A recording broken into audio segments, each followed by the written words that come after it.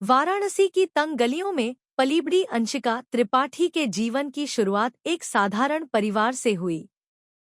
उसके पिता रमाशंकर त्रिपाठी स्टेशन के पास एक छोटी सी चाय की दुकान चलाते थे। मां सरस्वती देवी आसपास के घरों में बर्तन और झाड़ू पोंछा करने जाती थी। अंशिका का बचपन किताबों के बीच नहीं, जिम्मेदारियों के बीच बीता। उसके लिए स्कूल जाना भी एक उत्सव जैसा था।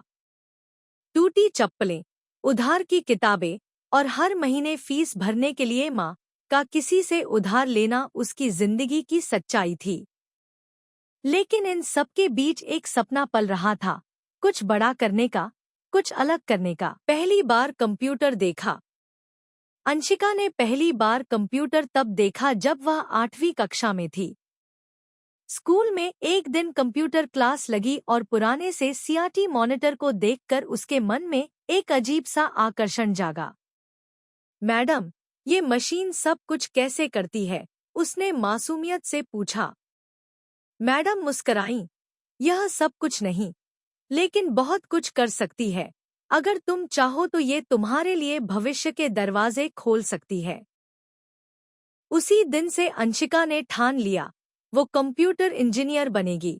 कॉलेज में एडमिशन लेना आसान नहीं था। उसका स्कूल छोटा था, न कोचिंग की सुविधा, न कोई गाइडेंस। लेकिन मेहनत करने वालों के लिए ब्रह्मांड खुद रास्ता बना देता है।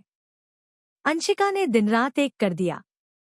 वो सुबह घर के काम में माँ की मदद करती, फिर स्कूल जाती और रात में साइबर कैफे में बैठकर मुफ्त में कोडिंग सीखती। कभी कभी खाने के पैसे भी बचा लेती ताकि घंटे भर और कंप्यूटर पर बैठ सके। सरकारी कॉलेज और नए सपने।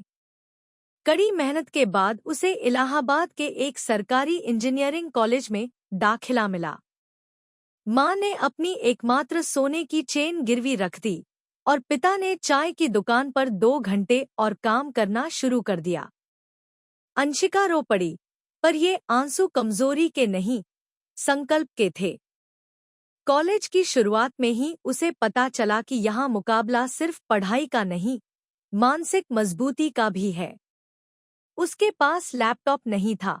वो लाइब्रेरी से किताबें मांग कर पढ़ती और जूनियर की तरह सीनियर्स के पुराने प्रोजेक्ट्स उठाकर सीखने की कोशिश करती। फाइनल ईयर में जब प्लेसमेंट का दौर शुरू हुआ, तो अंशिका का सपना था किसी बड़ी कंपनी में नौकरी पाना। एक स्टार्टअप ने उसे इंटरव्यू के लिए बुलाया। वहां जैसे ही इंटरव्यू शुरू हुआ, एक सवाल पर उसने अपनी टूटी-फूटी अंग्रेजी में जवाब दिया तो पैनलिस्ट हंसने लगे। तुम जैसे लोग सिर्फ स्कोर कार्ड के लिए बुलाए जाते हैं, असली दुनिया तुमसे नहीं चलती, उन्होंने कहा। वो इंटरव्यू छोड़कर बाहर आई और कॉलेज के वॉशरूम में खुद को आईने में देखा। उसकी आंखों में आंसू थे, पर इस बार यह अपमान का था। अंशिका ने उस दिन खुद से वादा किया, अब कोई उसे कमजोर नहीं समझेगा। अगले 6 महीने उसने खुद को दुनिया से काट लिया। लीड कोड, हैकररैंक, गिटहब, इन 3 नामों ने उसकी दुनिया बदल दी। हर दिन वो एक नया प्रॉब्लम सॉल्व करती, एक नया कोड लिखती और एक नया सपना देखती। उसने बिना किसी को बताए गूगल में अप्लाई कर दिया। जब इंटरव्यू का कॉल आया, तो उसने खुद को कमरे में बंद कर लिया।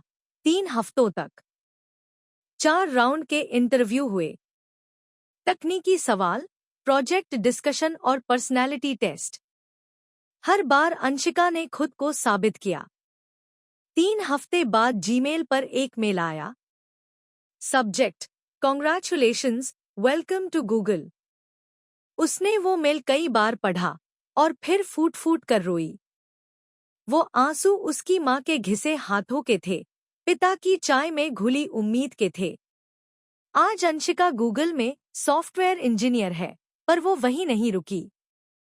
उसने अपने गांव में एक छोटी सी कोडिंग क्लास शुरू की, जहां वह बच्चों को HTML, स्क्रैच और पाइथन सिखाती है। हर बार जब कोई लड़की कहती है, दीदी, मैं भी आप जैसी बनना चाहती हूँ, तो अंशिका मुस्कुराकर कहती है, तुम मुझसे भी बड़ी बन सकती हो, बस कभी किसी के शब्दों को अपनी हद मत बनने देना। समाप्ति और एक शुरुआत।